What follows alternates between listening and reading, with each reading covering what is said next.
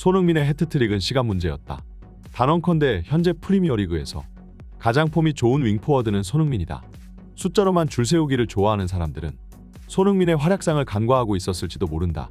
그도 그럴 것이 3라운드까지 손흥민의 공격 포인트는 단 한 개도 없었기 때문이다. 하지만 경기를 지켜본 사람은 모두 알고 있다. 이번 시즌 토트넘의 상승세에 손흥민이 얼마나 지대한 영향을 끼치고 있는지 말이다. 손흥민의 득점력이 조만간 폭발하리라는 것은 이미 예견된 일이었다. 그리고 그 희생양은 결국 벌리가 되고 말았다. 손흥민의 활약상의 한국은 물론이고 잉글랜드 전역이 들썩이고 있습니다. 9월 2일 열린 벌리와의 원정 경기에서 토트넘은 벌리를 5대2로 격파하였고 이 과정에서 손흥민이 무려 3골을 폭발시키며 해트트릭을 기록했기 때문인데요. 재밌게도 이번 프리미어 리그 4라운드 경기에서 해트트릭을 성공시킨 선수는 무려 3명이 나왔고 우리가 익히 들어 이름을 알고 있는 맨시티의 괴물 스트라이커 엘링 홀란드가 풀럼과의 경기에서 3골을, 브라이튼의 공격수 에반 퍼거슨이 뉴캐슬을 상대로 또 3골을 박았으며 그리고 여기에 손흥민 선수가 벌리를 5대2로 격파하는 과정에서 또 다시 3골을 기록했습니다. 비슷한 시간대에 3골을 집어넣은 선수가 무려 3명이나 나온 진풍경을 보게 되었는데요. 프리미어 리그 역사를 뒤져보아도 쉽게 찾기 힘든 기록이라 현지 팬들은 이를 보고 해트트릭을 해트트릭했다며 큰 이슈가 되고 있는 중입니다. 하지만 이 세 선수들 중에서도 이번 라운드 가장 뛰어난 퍼포먼스를 기록한 것은 단연코 손흥민이라 할 수 있습니다. 에반 퍼거슨과 엘링 홀란드는 전형적인 포처형 공격수이고 동료의 지원을 받아 최정상급의 골결정력과 슈팅 파워로 상대의 골문을 위협하는 것이 주된 임무인데요. 그만큼 패스를 받기 위해 최전방에 깊숙이 박혀있을 때가 많으며 터치 횟수도 상당히 적은 편입니다. 손흥민도 최근까지는 이 선수들과 비슷한 유형의 선수였고 케인의 패스를 받아 라인 브레이킹으로 상대의 뒷공간을 파고드는 것이 손흥민이라는 선수의 최대 장점이었지만 해리 케인이 사라진 이 시점에서 손흥민은 이제 패스까지 도맡아 플레이하는 완성형 공격수로 진화했습니다.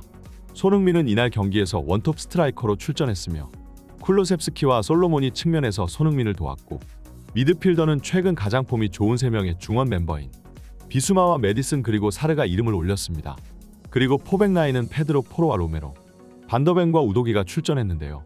손흥민은 벌리와의 경기에서 포지션상으로는 최전방 스트라이커로 분류되었지만 이날 손흥민은 그저 단순히 골만 노리는 스트라이커가 아니었습니다. 지공 상황에 라인에 바짝 붙어서 활동하기보다는 살짝 아래쪽으로 내려와 미드필더 지역에 가담하여 자신의 맨마킹 선수를 끌어들인 뒤 동료 선수들에게 연계 플레이로 패스를 넣어주기도 했으며 또 역습 시에는 천부적인 골 감각으로 패스 위치를 찾아 들어가 직접 골을 겨냥하기까지 했는데요. 포스테코글루 감독은 사실상 손흥민에게 공격형 미드필더와 동시에 최전방 스트라이커의 역할까지 맡긴 것이었죠. 그러나 토트넘 선수들의 몸이 달아오르기도 전에 토트넘에 휘청거리고 말았습니다. 고작 4분 만에 벌리에게 선제골을 허용한 것이었죠. 콤파니 감독이 이끌고 있는 벌리는 굉장히 강한 압박 전술을 사용하고 있었고 초반 맹공세에 토트넘의 수비진들이 당해버리고 만 것인데요. 하지만 힘들어질 수도 있었던 이 경기를 뒤집어버린 것은 결국 손흥민이었습니다.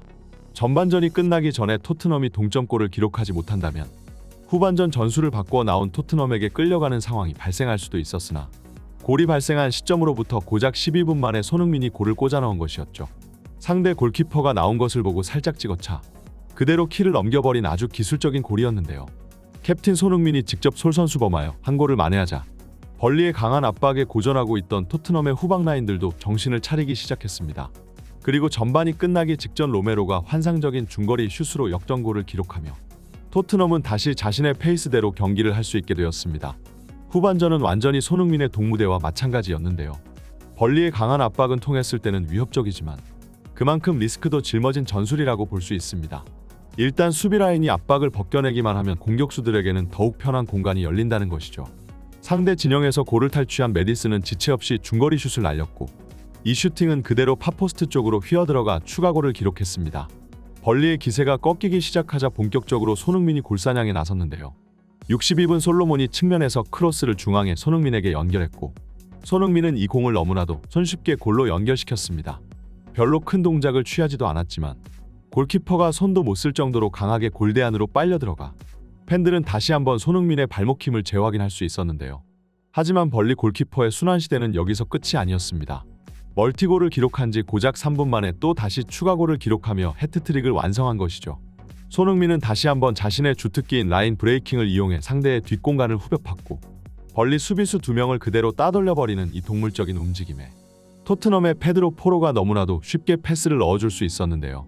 손흥민은 이번에는 왼발로 가까운 포스트를 노렸고 그대로 골로 연결되며 토트넘의 5번째 골이자 자신의 이번 시즌 첫 번째 해트트릭을 기록했습니다. 이렇게 경기는 토트넘의 완벽한 대승으로 최종 스코어 5대2로 경기가 마무리되었고 최근 보여주고 있는 토트넘과 손흥민의 상승세에 축구 팬들은 토트넘이 180도 달라졌다며 감탄하고 있습니다. 사실 토트넘이 3연승을 기록한 것이 처음 있는 일도 아니고 일각에서는 다시 경기가 거듭될수록 토트넘이 제자리를 찾게 될 거라며 폄하하고 있지만 토트넘의 그전 연승들이 어디까지나 케인과 손흥민의 개인 능력으로 이루어낸 몇몇 월드클래스에게 기대기만 했던 실력이 아닌 요행에 의한 승리였다면 최근 토트넘의 경기력은 더욱 팀적으로 완성된 것이 눈에 보이기에 의미가 있는 것인데요. 영국의 스포츠 매체는 이번 경기 손흥민의 해트트릭을 대서특필했지만 한 전문가는 손흥민의 해트트릭이 딱히 놀랄 일이 아니었고 그저 시간 문제에 불과했다고 주장하여 큰 화제가 되고 있습니다. 손흥민의 부활이라는 이 헤드라인이 마음에 들지 않는다. 부활 혹은 달라진 모습, 이런 것은 지금까지 경기력이 형편없던 선수들에게 통용되는 단어이다. 이미 손흥민은 지금까지 프리미어리그 최고의 윙포워드였다. 경기를 직접 보지 못한 사람들만이 이번 손흥민의 해트트릭에 호들갑을 떤다. 아마 3라운드까지 손흥민의 공격 포인트가 단 한 개도 없었기에 이번 시즌 손흥민의 퍼포먼스를 과소평가하고 있었던 것이 아닌가 하고 여겨진다. 공격 포인트는 정말 의미가 없는 숫자이다. 애초에 손흥민이 없었다면 토트넘은 지금까지 단 한 번의 승리도 기록하지 못했을 것이다. 맨시티의 제크 릴리시, 리버풀의 모하메드 살라, 아스날의 부카요 사카, 이들은 모두 뛰어난 선수들이지만 단언컨대 현재 리그 최고의 윙어는 손흥민이다. 손흥민은 이번 시즌 더욱 진화된 모습으로 팬들 앞에 나타났다. 최전방, 측면, 중앙 그 어디에 위치해도 위화감이 없는 선수이다.